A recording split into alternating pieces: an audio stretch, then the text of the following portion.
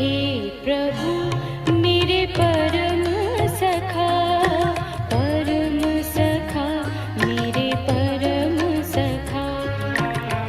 हे प्रभु मेरे परम सखा मेरे परम सखा।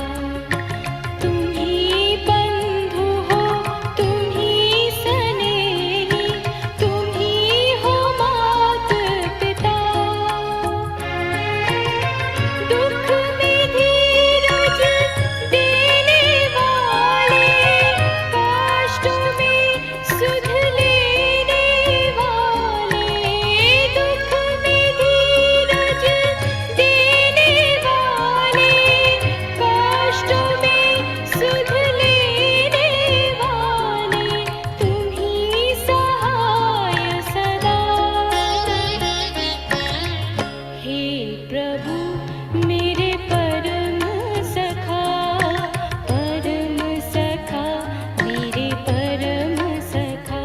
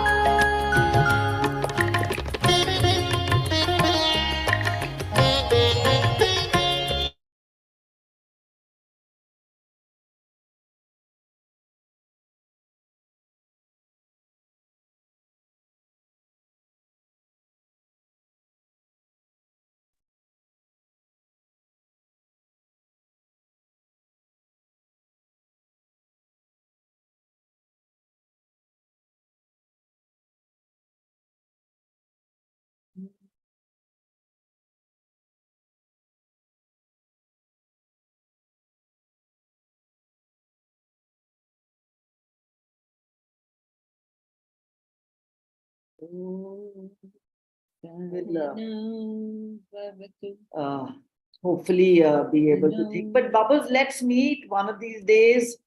I think I will come and see your garden and all. I would.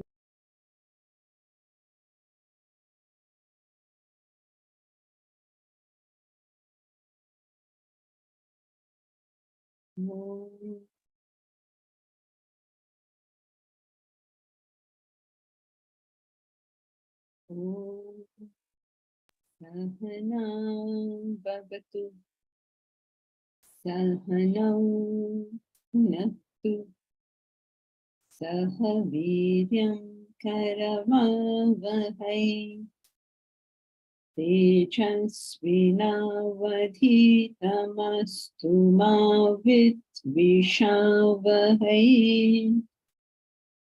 Om Shanti Shanti Shanti.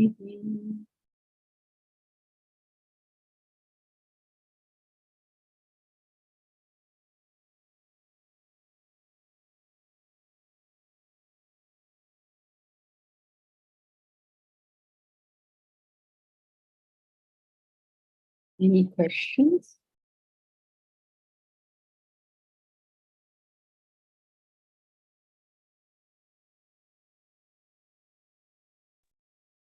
I have a question, please. Yes, go ahead, Joyce.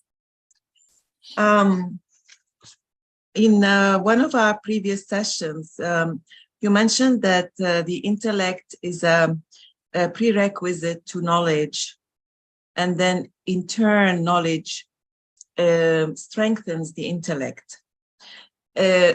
So my question is, how can we overcome, for someone who doesn't have initially a strong intellect, it seems there seems to be a kind of strong difficulty there, handicap, if we don't have originally a strong intellect. So how can we overcome this? Through knowledge itself. But the problem is that the person without the intellect will not approach the knowledge. That is where the problem lies. Everyone, Steve Jobs has made this statement. I don't know whether he's made it, but nowadays everybody seems to quote it, that everybody is as intelligent as you and I, I mean, nobody's so phenomenally intelligent or something. It's just that people who get motivated by something go and do it. It's about as simple as that. It's not really an intelligence question. It is more like, do you want to improve your life? And if you do, then here is a knowledge that will help you do it. Now, do you want to improve your life? That question is not being answered. And therefore, people don't approach this knowledge. That's where the problem is. Yes. So if you go to, you must have, all of you, I'm sure, you have gone to your friends, you are all committed, you have come yourself. So you are committed to this knowledge. You have no doubt gone to your friends and said, oh, I heard this wonderful thing. You must also come and hear it. We've all done that, right? We've all tried to tell our friends this thing. What happens? Nothing happens out of it. Because, why? Because that they must have that, what should I say, the wish to improve. Yeah. So when you say you don't have an intellect, the initial intellect is not seeing that this is something that has to be done.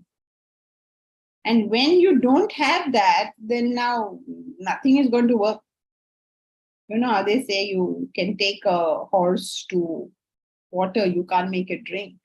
Yeah. Okay, so this is for those who don't want to do it. Now, all those who have come to this class, you have taken that step, you've come to the class.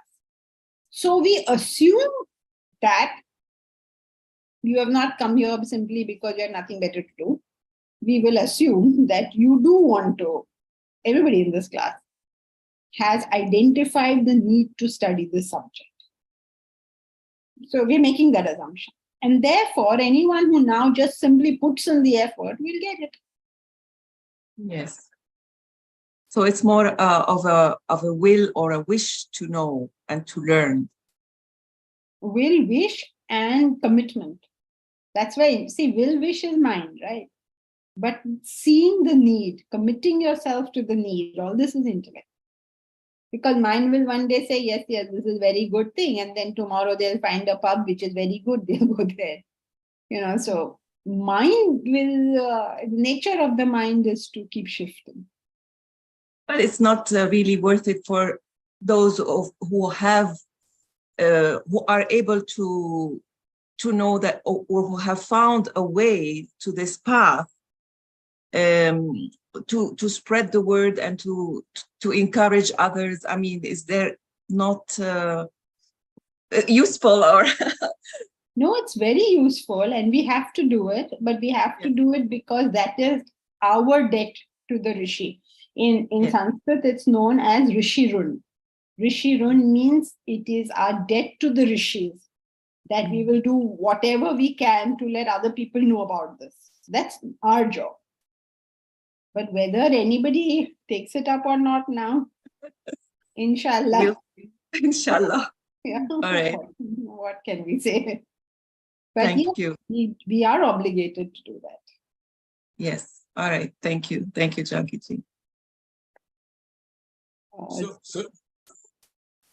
One second, just let me read. Reshma, Joyce is one of the rare friends who was interested. Okay, Reshma, Joyce was your friend? I didn't know that. Dr. Geeta, oh yeah, she was Nadine's friend. Right? Yeah, okay. Dr. Geeta Mohan, do we assume that intellect determines our choices in life? Unfortunately not. I wish this was so. No, intellect, we hope that we will study this subject and then intellect will determine our choices. So we hope that that is the goal we will reach. But certainly no, that's not what happens. What happens is sometimes when our intellect works, we make the right choice.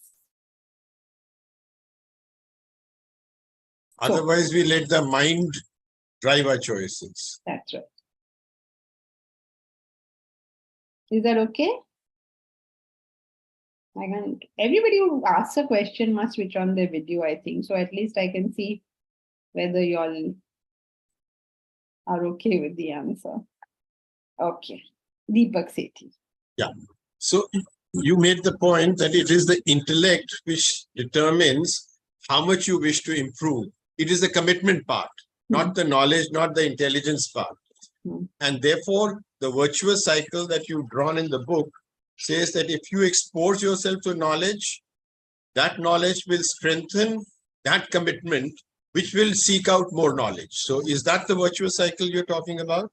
Yes, it will not only make you committed, it will make you learn the knowledge. So if we are assuming commitment. You're saying if you seek it out, you will learn it. Yeah, no, learning is definitely going to happen. But the question is that, as you were saying, when you talk to others about the subject, it's not that they don't know what this is. The real learning is not there, but they have the knowledge. Yet the commitment is not there to come and persist with it. So we are saying that if you actually, it's a virtuous cycle. If you gain that knowledge and you learn, it will also strengthen your commitment, which is what is meant by saying that it strengthens your intellect. Knowledge also strengthens your intellect. Yes, it will commit it. Yes, intellect will work in all cases. If your intellect is strengthened, or to the extent your intellect is strengthened, it's across the board. So you will do this better and you will do everything else also better. So that portion is across the board. It's not only for this knowledge. Yeah. It's for this knowledge and everything else. Yeah. So it will strengthen the commitment to this knowledge also, just as it will strengthen your overall analysis, discrimination, ability to override the mind, so on and so forth. Yes, meaning all the functions of the intellect. Yes, and whatever you take up, you will take up with similar dedication. Either you will take it up or you won't take it up. But if you take it up, then you're fully in whatever. Like you, for instance, you chose to take up evening walk, right? And you were fully in. If you committed to it, you're going to do it. So it goes across the board.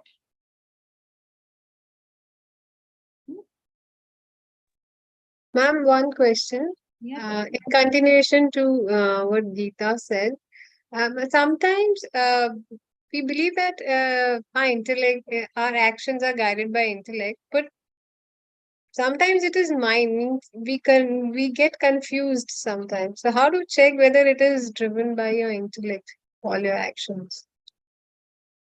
Well, the harshest way of doing this is through results. Because you follow the mind, you will find the results that the mind gives. You will find yourself getting obsessive internally. You find yourself obsessive, attached, getting affected by things. Externally, you find failure, you find disharmony, you find discord. Okay, so the harshest way is this. The easiest way is to ask yourself, have I chosen the action and then found reasons? Or have I got the reasons first and then the decision? By easy, I mean, it's less painful. The second one is a painful way. This one is a less painful way. But the less painful way, unfortunately, lends itself to other traps.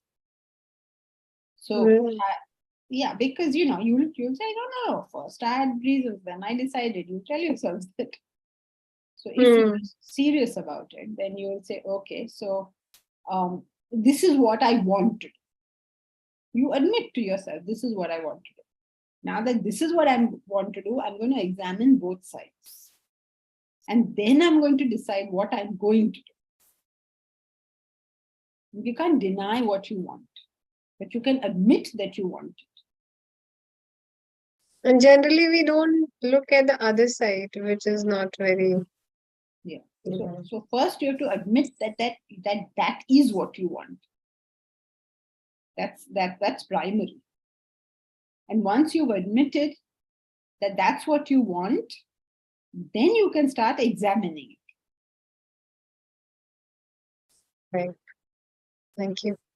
So just an extension to what Taruna is saying. So what we are then saying is that in this particular case, what we are saying is that we examine, but how this part is easy. Sorry, easy meaning it's very difficult, but it's understood that you genuinely, authentically look inwards and say that, look, I mean, say, was it really a mind driven or whether it was an intellect driven?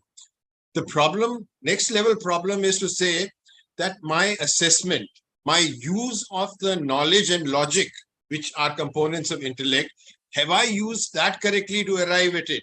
In the absence of being able to check it out with another person.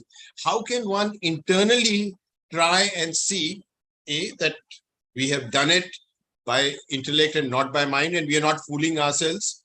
Number two, that the way I have assessed, the way I have used my available resources is actually the correct one, because I may actually be using, without knowing, a wrong fact or a wrong logic. Facts may or may not be, may be the same. So how does one guard against that? Or how does one, you can't guard, but how does one kind of check that out? No real way, because we have to, okay, so I think we have to all admit to ourselves to begin with that our logic itself is fundamentally flawed. We have to admit this. That our logic is? Fundamentally flawed.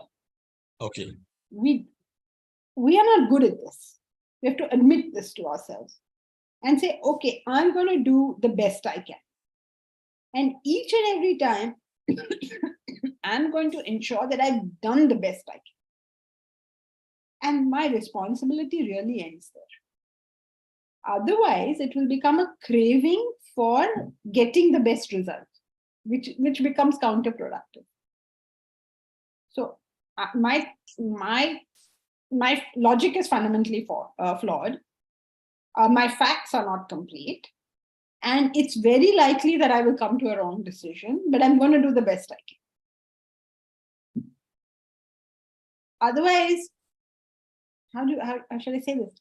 We become obsessed about getting it right each time. And that pressure makes us wrong. Yeah, that part is taken.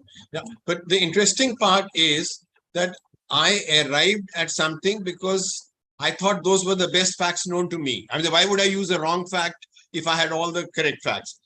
I also arrived at it because that was the best use of logic as per my intelligence, or whatever you may call. And therefore, by definition, once I've gone through the process, I think one can just stop, because there's no way to internally check it out. You can only externally bounce it out to see that somebody else can pick up the fault, because you, having arrived at it with a certain process, should ideally speaking be arriving at the same result, to say that my logic was right and my facts were right, no matter how many times you iterate in your own mind. Yeah. So beyond the point, we can't do that, right? Yeah. Fine. Thank you.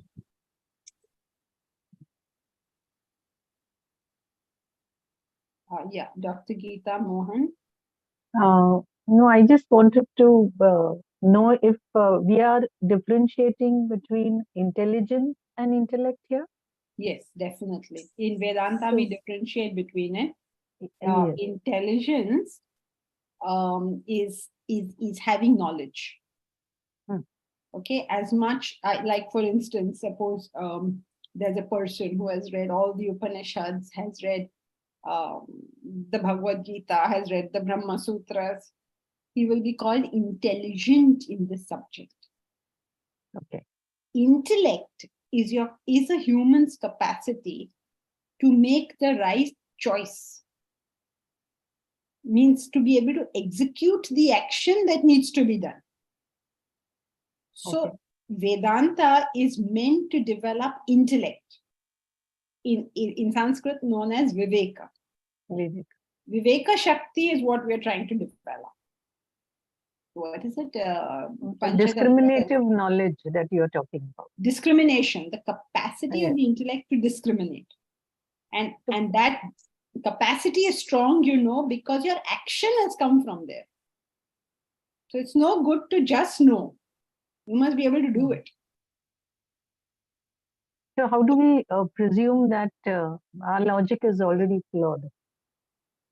Because we are, because we are incomplete, right? I mean, So no, can we say that it's incomplete rather than flawed? Because the moment we say flawed, it means there's a lot of error. There is a lot of error because if you take a Vedanta stance, there is a rope. You are thinking of it as a snake. Having thought of it as a snake, now you're doing so many things with it, right? You're saying, okay, let's collect information about it. Let us understand its breeding habits. Let us understand how much poison it's capable of doing or how much damage it is capable of doing. So fundamentally flawed. Fundamentally means the very basis is wrong. Ontologically false. So now everything you're going to be doing subsequently is, what shall we say? I mean, I can understand that you object to the word flawed and rightly so. Maybe we should use another word, but the fact is, what are we talking about? So we are going to not know enough about that snake. And based on our wrong assumptions about the snake, we are going to decide to undertake some actions. We can only do the best we can, because as long as you see it as a snake, well, you're seeing it as a snake. What can anyone say or do? So the wrong assumption, wrong assumption is because of lack of information and knowledge. But it's not true. Relatively speaking, yes. But you asked me why, what did I call it? Fundamentally flawed. Fundamentally flawed because it is fundamentally flawed. Okay, and then subsequently, even our logic is not perfect and our data is usually incomplete. So that's step 2. Sounds depressing, I know, and therefore you don't want to accept this. Even I don't want to accept it. But I mean, what do you say to this? Like, you start off, take a real life example, okay? A boy and a girl get married, right? Both of them enter the marriage thinking that we are going to get married and then we're going to have a house and then we are going to live so happily ever after. Fundamentally flawed. Why fundamentally flawed? Because the most important thing for every human being is that I should be able to do whatever I want. This is what every human being, every creature wants. That I will run my life my way. Now you go and tie yourself with somebody and you think you're going to be so happy. So what is your assumption? That this person is going to agree to everything I say, is going to be everything I want. And then it's not. And then you go berserk over it. Up to the point that, they actually tear each other apart, both of them, in some bad cases. In some other cases, they get fed up with each other and live under the same roof. But they're not able to find the joy which is right there in the relationship. So that actually is more due to a wrong attitude. It's not just knowledge. They're not understanding the significance of the relationship in a marriage. There it is a failure because they lack knowledge. And it's a wrong attitude that each one is so selfish and self-centered. All that comes later. Okay. The basis is only wrong. That's fundamentally flawed. How are you expecting that you tie when you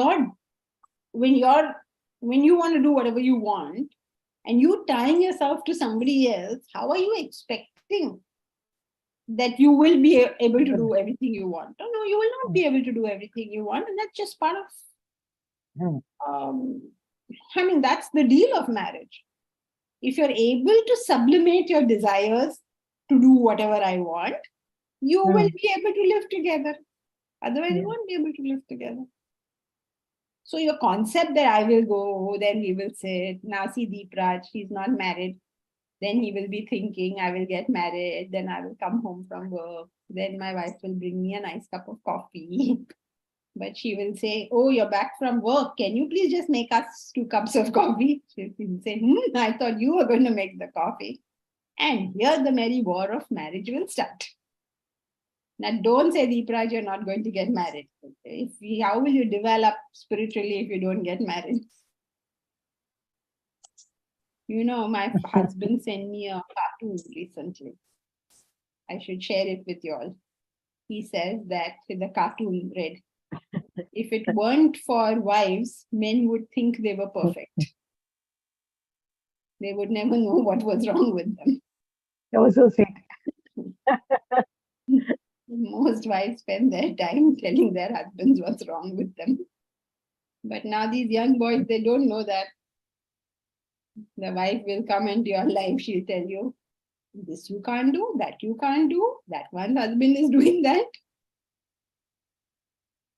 I'm not frightening all bachelors over here. I'm not frightening you all, but it's fundamentally flawed. Everything. You go to a job. What do you go to a job for? How much money I will make? Fundamentally flawed. I'll start a business. How much money I'm going to make? Fundamentally flawed. That's not what the job is for. That's not what the business is for. Nobody enters it thinking, what am I going to give? What is my value addition to it? And then we start working out, okay, how do I get maximum? How do I maximize my returns? I start figuring all this stuff out. So now within that scope, whatever knowledge, whatever logic you apply, it's okay. Some things work and some things don't work. Okay? Or too depressing. Yes. Too depressing. Okay. I know. Not very convincing, but yes. Okay. Think about it. I mean, just think about how much we're starting on a wrong notion. Yeah. No, it's a thought provoker.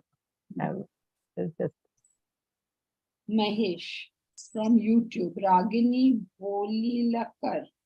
Bilolikar. Also, because what are you saying, Mahesh? Who is Ragini Bilolikar and why are you recommending? He's reading the comments from YouTube, it seems. Oh, I see. So please explain, Mahesh. Also because so Ragini is saying this. I see. Also because our sense perceptions are limited and we work with cognitive biases. Yes, correct. That's correct. Thank you, Ragini. Thank you, Mahesh. Somebody is finally reading those poor YouTube people. We are all ignoring all their comments. I don't know why. Naim is on YouTube. As stated in the verse, we are all born into delusion and are bewildered. Yes, Naim. Naim, how come you're on YouTube today? Correct. That's also correct. Momita. We can act on incomplete logic and flawed perception only we have goals beyond the ones we are deciding on. We can act on incomplete logic and flawed perception only if we have goals beyond the ones we are deciding on. What do you mean? But there's often too much emotional investment in our decisions. So then we just determine and do the best. Yeah, the last line is right. So we just determine and do the best we can, because there's nothing much we can do beyond the best we can. So that last sentence is right, but I don't understand the first one. Only if we have goals beyond the ones we are deciding on. Do you mean that if you have higher vision? I think maybe you mean that. Is that what you mean? No, what I mean is that when we are taking that decision, we get terribly confused and almost all our investment is in it. And so we cannot just say, oh, I have incomplete information, but anyway, this is what I have, I'll act on that. We can't do that. That is what I mean. Yes. That's because of the obsession with the goal, right? With what I want. And that's the fundamental flaw in it, that you're wanting the wrong thing. And then you're trying all sorts of mechanisms to get it. And they will be flawed because you headed in the wrong direction in the first place. So then this is an important belief to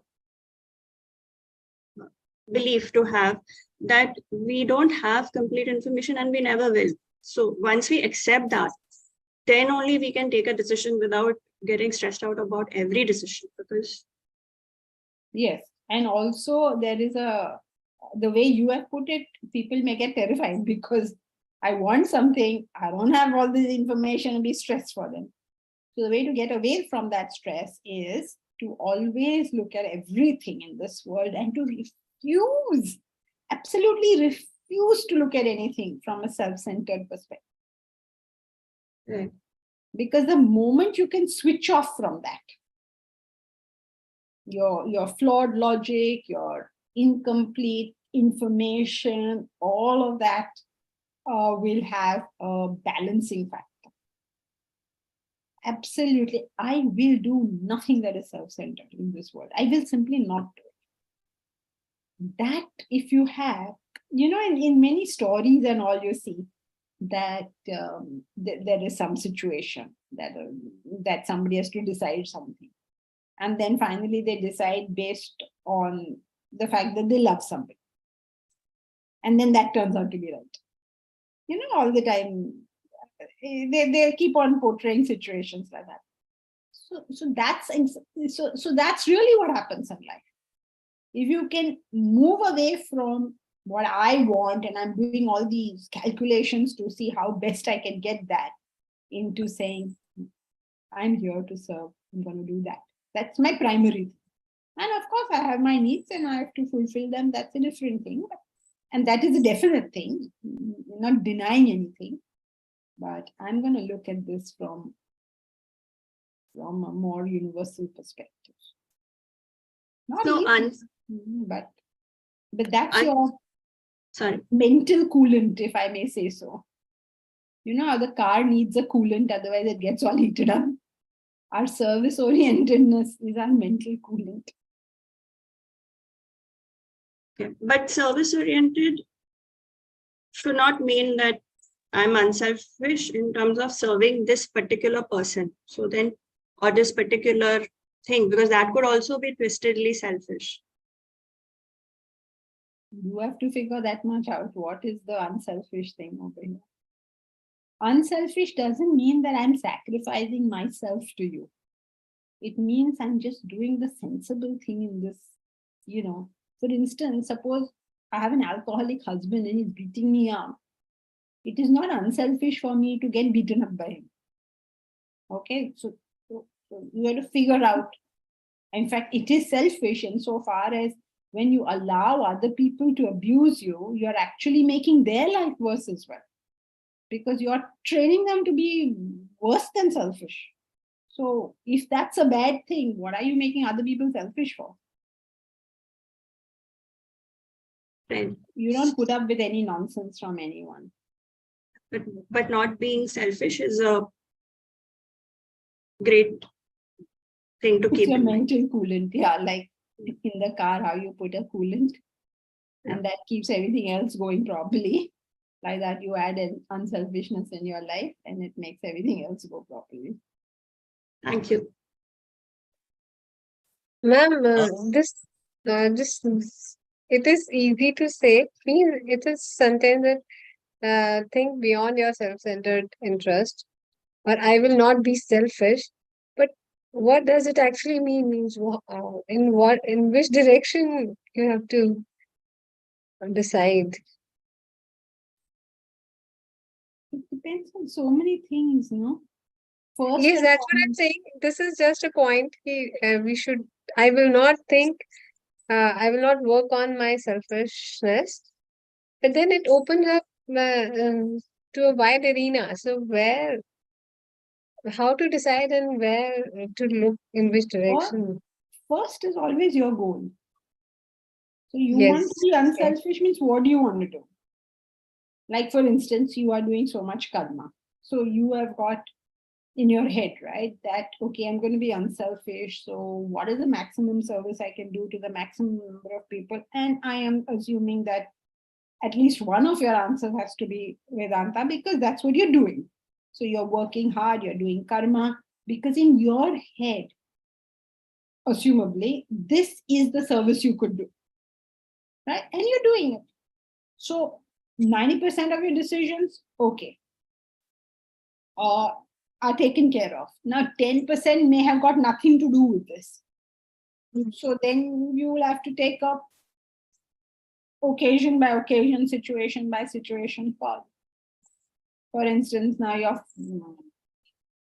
some elderly relation requires you to do something, and once in 5 years they even contact you. No, it's yeah, the elderly person, who knows how long they're there.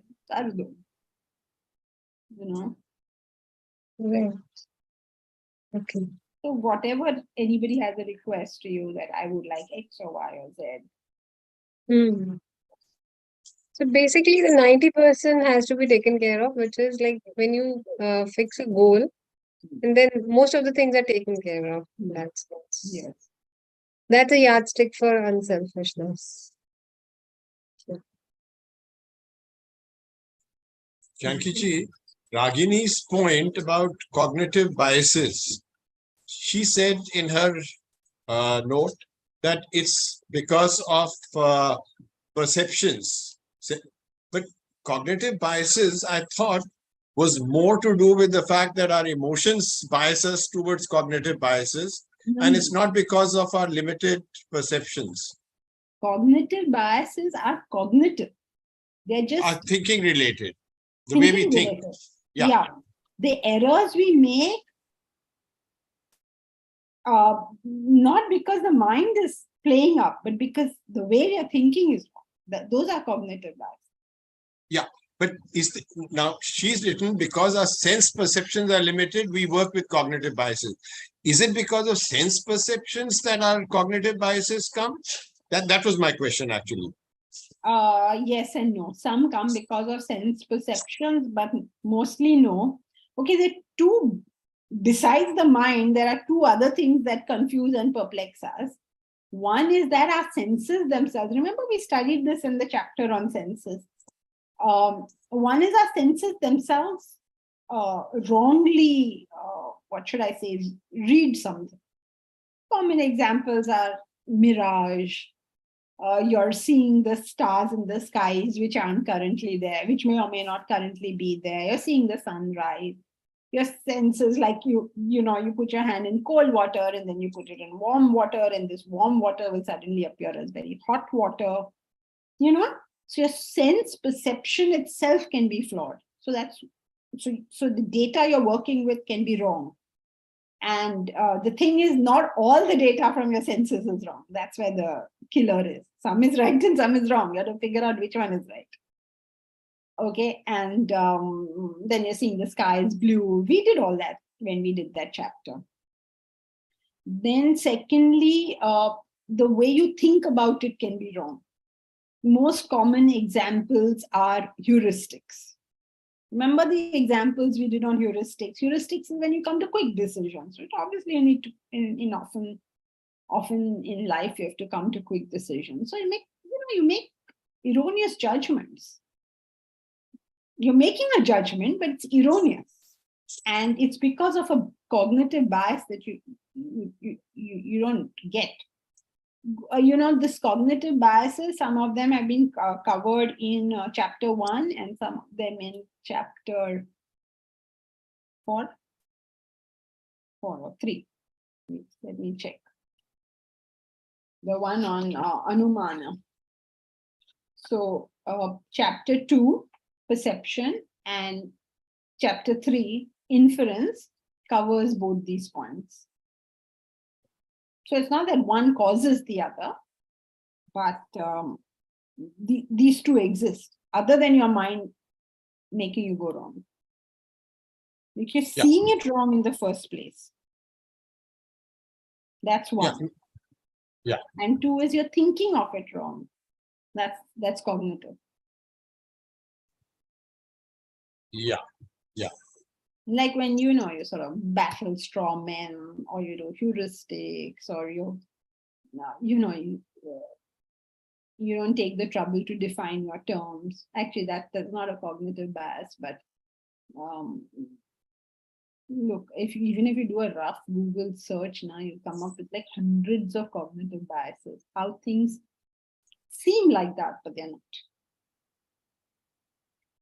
So actually, my understanding of cognitive biases is that it is based on wrong assumptions.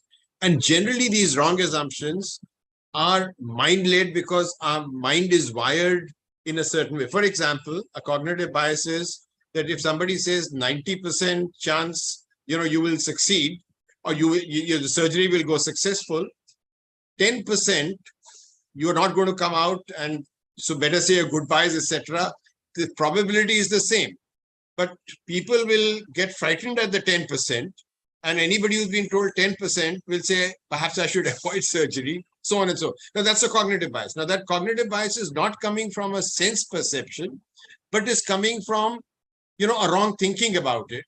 May not be from mind, but it's a wrong thinking. It may not be from sense perception, but it's a wrong, you made a wrong assumption. You've not thought through. In this case, you've not kind of actually thought through closely enough to say that, no, actually the probability is the same of both the statements. Yeah, but cognitive bias is a particular term of Western cognitive literature. Yeah. And refers to some sect. They have identified the cognitive bias. So it's not open to interpretation from us. This is what they claim are the cognitive biases, and largely rightly so.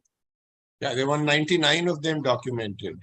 Yeah, quite a few there. Then every time they keep adding it also. Yeah, thank you. So Ragini, the reason is because we hear, see erroneously, etc. Yes, but cognitive bias is not only because of that. Even your thinking can be flawed. So you can read chapters 2 and 3 for the difference in the two. So we were studying about, thank you Mahesh for, sort of looking at the YouTube while this is on. So far we've never taken anything from YouTube. I mean, never answered any YouTuber's question. What's happening to all this? Is Milan, right? So why are all the class people today on YouTube? In first interaction, boys conclude particular girl is very lovable. Yes, you obviously understand this well. Yes, Milan, if it is you, it's correct. You jump to a conclusion. So mental disturbance prevents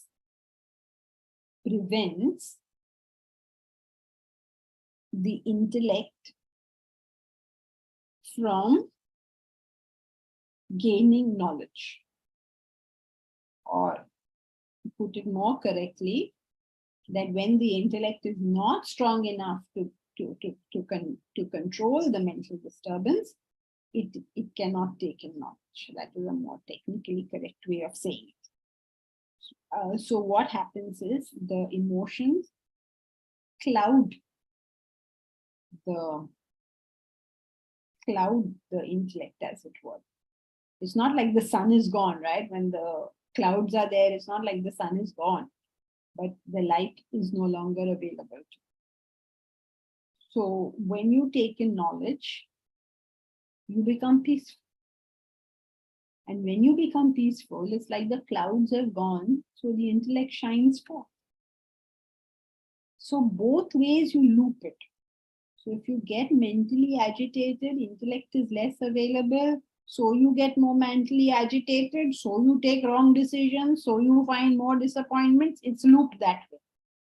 But when you take in knowledge, you become calmer, less mental disturbances, therefore more intellect available, therefore better decisions, therefore better results, therefore more happens. So you can loop it either way. And I hope you will loop it the right way. So that every good decision you take makes it conducive for happiness. And every bad decision we take makes it conducive for unhappiness. It's not necessary that the unhappiness will come. It's like it's not necessary that you drink and drive and meet with an accident. It's not necessary. But it is conducive for all sorts of problems that could. Okay, you didn't meet with an accident, maybe the cops will catch you. Maybe something will happen. You make it conducive for problems to arise. So let's not create a life which is conducive for problems to arise. Let us create a life which is conducive for no problems to arise. Just live a life like that. Okay? So once one learns to see things for what they are, understands causes and effects, there's less resistance to the happenings of the world. Wise people are always calm. In fact, calmness is a sign of wisdom. That doesn't mean everybody calm is wise, but a wise person stays calm in most circumstances. Eventually, the result of all education. Okay, so I see a lot of new names this time. So if for whoever's new, this is the book we are reading. How do you know what you know? And we are on chapter 9, and we are studying about knowledge and wisdom. So if you have any questions, of course, please feel free to ask them if something is not clear. And Tulika and Shalini and Alagappan and Bharti Rastogi, Bindya Ved, quite a Ramesh iPhone, I don't know his iPhone. Okay, so quite a few new people. I hope you all are all okay. All those who are new, are you all Bindya Ved, Hindu Bansal? I hope you all are okay with what has happened so far and it is clear. But now we'll read further. We are on page 245. Eventually, at the bottom of this page, eventually the result of all education is to ensure that action is initiated by understanding and not craving. Oh, Bindya, difficult to understand? I'm so sorry. What part is not being clear, Bindya? Would you like clarification on any particular thing?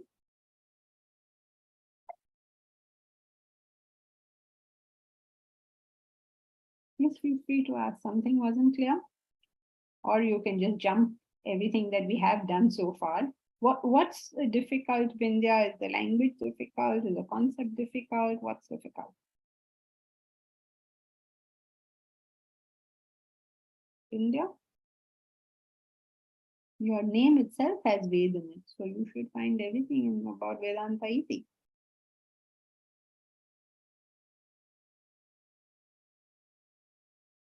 Concept difficult. Okay, just ignore those concepts. Let's start from now. Okay, now let's see, let's read. The result of all education is to ensure that action is initiated by understanding and not craving. Don't you think all universities should put this up? The result of all education is to ensure that action is initiated by understanding and not craving. One does the action one ought to do and not the action one would like to do. This is the entire difference between an educated person and an uneducated person. Entire difference. There's no other difference. Now the thing is, somebody like Kabir is totally uneducated. He has no degree. But he is the educated person, the one with the degree isn't. We have started thinking that if you have a degree to your name, somehow you're educated.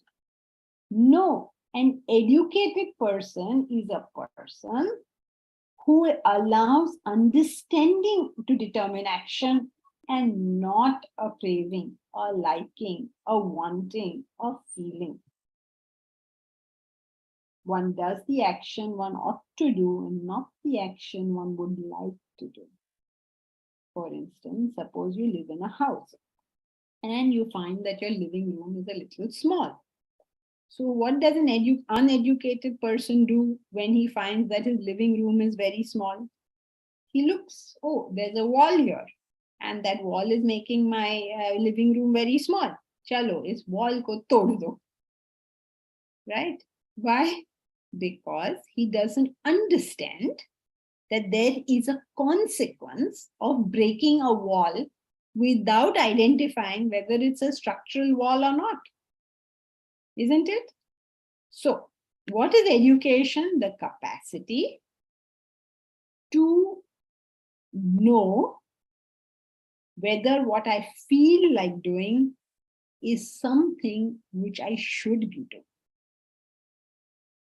This is the difference in education and uneducated.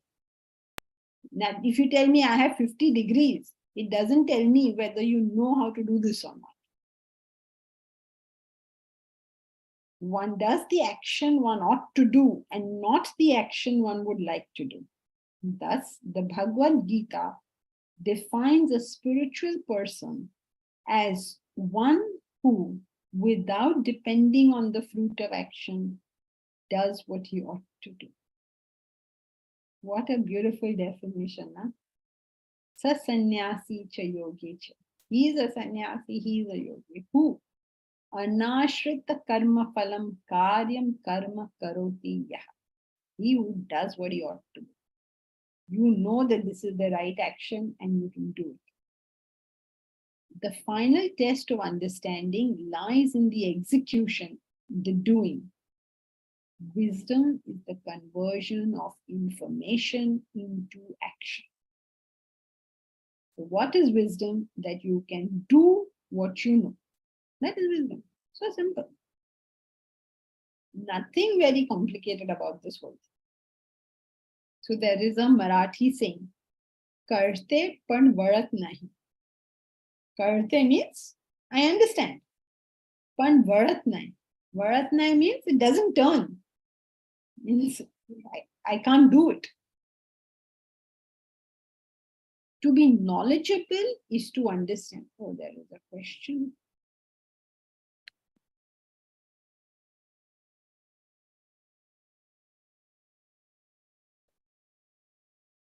Dr. Geeta Mohan, there's a difference between literacy and education that needs to be highlighted here. Why do we need to highlight that? XYZ is qualified but unsuccessful in managing himself and others around. Another being understands why, how, and what his life is all about. Yes. Literacy, we're not even talking about because literacy, so you have learned ABC. But education means, I mean, you will be shocked. I'm reading you, Dr. Geeta Mohan. I'm assuming, are you a PhD doctor or an MBBS doctor? PhD. Neither? MBB. PhD, okay. So, yes, so assumably you are involved with some educational institution then, right? So you are the last person I have to explain anything to because you're seeing it yourself. How many? You're muted, so I can't hear a word you're saying. I'm sorry. Ma'am, you gave an example of qualification. So that is why I brought this up. When we say we are qualified, isn't that more related to literacy? Because we are just accumulating degrees and certificates. So the one who is educated, when you said that there's somebody who does not have all these qualifications, but he lives with understanding because he understands what he ought to do. So there we say that person is really educated. Correct. So even like somebody like Bill Gates, he's more educated than everybody who's got the degree. He left Harvard and he started this. He knows what he's doing. He understands something and he's able to execute it. Yeah. So that is something that stems from within. Because when we talk about education, it's something that is elicited from within the individual. Something that is already there and we are so nurturing. as a teacher of Vedanta, I will not accept that, obviously, because it is my job to make sure that people who don't have it should also have it.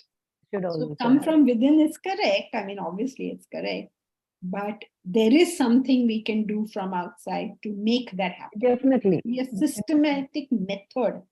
Our education today is not doing it, but It's there not was a doing it. time in this country that it was doing it. No, I agree. I agree our system is failing, although I'm a part of it. But when we talk of education, isn't it something like planting a seed? The potential is already there. So as even a teacher of Vedanta, what we are doing is probably providing the soil, nurturing it, watering it regularly, taking care to see that it has enough sunshine. So it's something that we are, it's more a support system. But there is already something within every child, every individual. So, I mean, I look at education as something where a process where we are just nurturing and allowing that individual to bring out what is already there in him. Yeah, but now just because a person has a degree, I have a degree in commerce. Okay. I don't think I'm going to know any difference between a balance sheet that works and a balance sheet that doesn't work. So my degree on commerce for commerce is, it means nothing. It's limited, yes. Bring me a limited, I think it'd be zero. Bring me a balance sheet. I cannot read it. Ask me, is this company going to do well or not? I have no idea. Okay, so my having a degree, what use is that? Now Bill Gates has no degree that I have, and yet he can run a business. I can't run a business. I couldn't run a business to save my life. So this is what education is to be. It's all about. So if I now start doing some business enterprise, I'll be left to my devices to do whatever I feel like, because I do not have the intelligence to figure out how on earth you run a business and make a Microsoft out of it. So education means that I'm able to function on an understanding. Now, that's the point that is being made over. That is education. So we need not look at it simply as, sometimes people in spiritual world, they sort of look at it as very much in isolation, as if he knows what he needs to do, as if it is it's just a moral compulsion. It's not just a moral compulsion. It includes the morality of it, but it's also everything else. Like how to cook a dish, maybe, or how to paint a painting, or write a book, or whatever you know how to do, you're wise in that.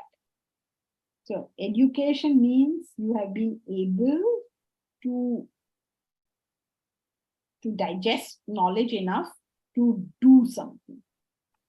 So it leads you to wisdom. That's what we're talking about. Yes. What is wisdom? That you're able to execute the right action. Into action. Yeah. That right action in that field, in that thing. Ragini, why are you not joining us on YouTube? I'm sorry, on Zoom. Based as my experience, as being in the field of education for a few decades. Oh, I see, you're also in education.